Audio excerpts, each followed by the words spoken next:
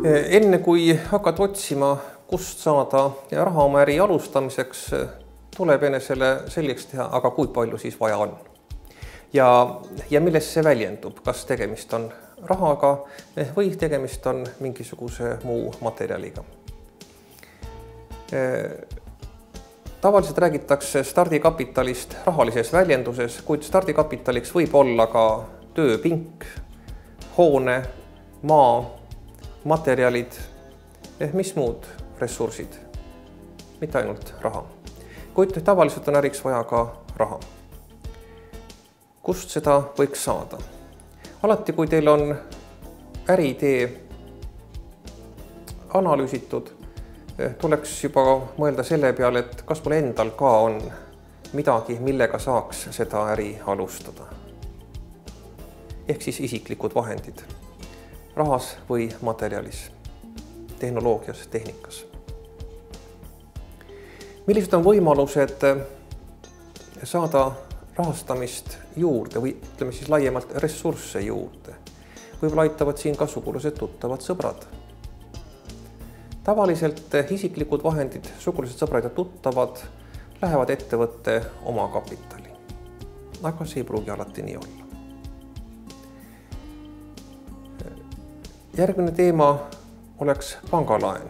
Kas pank oleks nõus finantseerima minu äri? Kui teil on hea äriidee ja vettpidav äriplaan, on mõistlik pöörduda ka panga poole oma äri rahastamiseks. Mitmete seadmete soetamiseks on võimalik kasutada liisingettevõtete teenuseid. Kindlasti tasuks uurida, milline on ettevõtluse tugisüsteem meie riigis.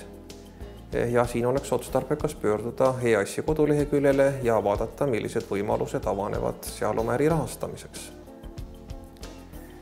Teinekord on võimalus saada ka hankijatelt laenu.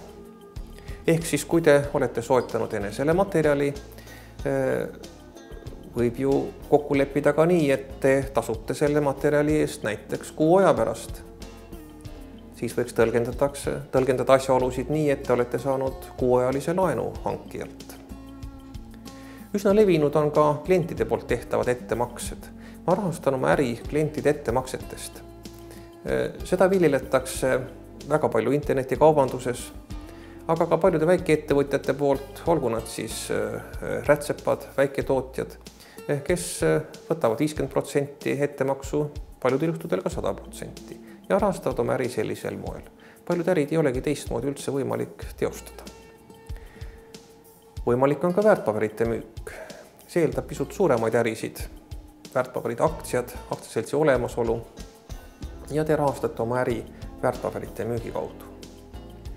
Võimalik on ka mitmesuguste krediidiasutuste kasutamine, kes annavad lühiajalisi laenu, kuid siin tasuks olla pisut ettevaatlik. Meil kõigil on meeles veel hiljutine pangakriis ja niinimetatud SMS-laenud. Kui te mõtlete sellele, kuidas rahastada oma äri, kaalutlege riske ja ärge tehke kiireid otsuseid. Siin oleks kohane aeg maha võtta.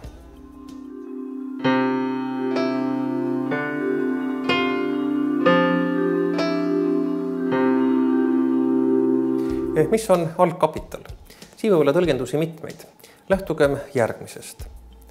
Algkapital on see ressurss rahalises väljenduses, millega te oma äri alustate. Stardikapital on see ressurss rahalises väljenduses, mida on vaja selleks, et teie äri käima läheks. Ja kõrvalolev skeem illustreeribki neid kapitale, mis äris igapäevaselt kasutamisel on ja mis kajastuvad ka ettevõtte bilansis. Algkapital ehk siis teie oma isiklik ressurss ja sellele üsna tihti lisandub teie partnerite ressurss, kokku annab oma kapitali. Ja kui te leiate raha kusagilt kõrvalt veel juurde, näiteks laenuraha, siis seda nimetatakse võõrkapitaliks. Oma kapital ja võõrkapital kokku annavadki selle vajaliku stardikapitali, mida teil on tarvis oma äri käima lükkamiseks.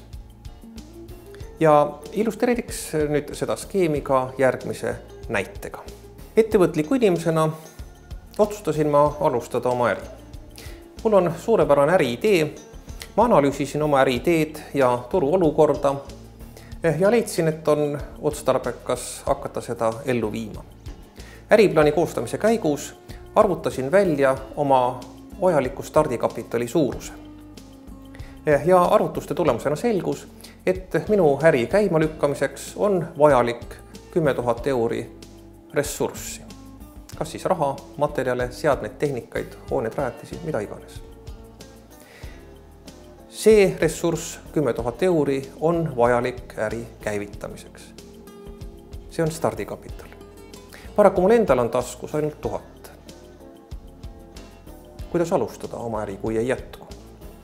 Kuna äritee on suurepärane ja ma olen koostanud ka suurepärase äriplaani, pöördun ma panga poole, et pank annaks mulle laenu oma äri alustamiseks. Panga klassikalised tingimused on, et kui kõik muu klapib ja äriplaan on suurepärane, et oma finantseerimine peaks olema 1/3 ja 2/3 ulatuses võiks anda laenu. Seega pank on nõus andma laenu 7000 euri. See on võõrkapital.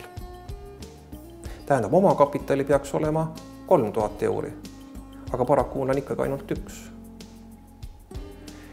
Ma otsin kedagi, kes oleks nõus tulema minuga koos seda äri ajama. Ma otsin partnerit.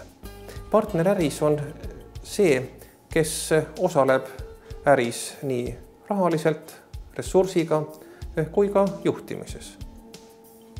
Nüüd ma leidsingi enesele partneri, hea sõbra tuttava, kes on nõus panustama sellesse ärisse 2000 euri. See on partneri poolne panustamine.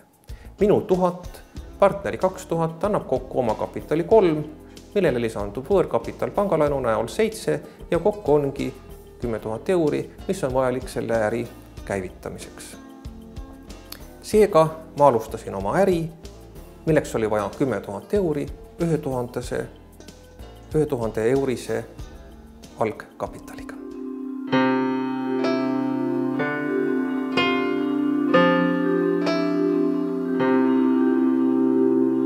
Vastutus äris. Vastutus äris tuleneb ettevõtja rollist äris. Kas ta on omanik, juht või töötaja? Üldreeglina võiks öelda nii, et omanik äris ei vastuta. Juht vastutab tavaliselt alati ja töötaja vastutab vastavalt temaga sõlmitud lepingule. Vastutusega kaasnevad riskid ja seda peab iga ettevõtja ise hindama. Kui te olete FIE, siis teie omaniku ja juhi staatus ja ka töötaja staatus langevad kokku ja te vastutate oma äri eest ise kogu teile kuuluva varaga. Kui te aga olete asutanud osaühingu või aktsiaseltsi, siis vastutab äri eest äriühing ja teie kui omanik ei ole otseselt vastutav. Juhina, juhatuse liikmena olete te vastutav. Töötajana ei pruugi see nii olla. See sõltub teie rollist. Vastutust äris ei pea mitte pelgama. Küll aga tuleb seda teada, tunda ja mõista. Ja siinkohal oleks mõistlik veel kord läbi lugeda need kohad äriseadustikus, kus räägitakse juhatuse ja nõukogu liikmete vastutusest.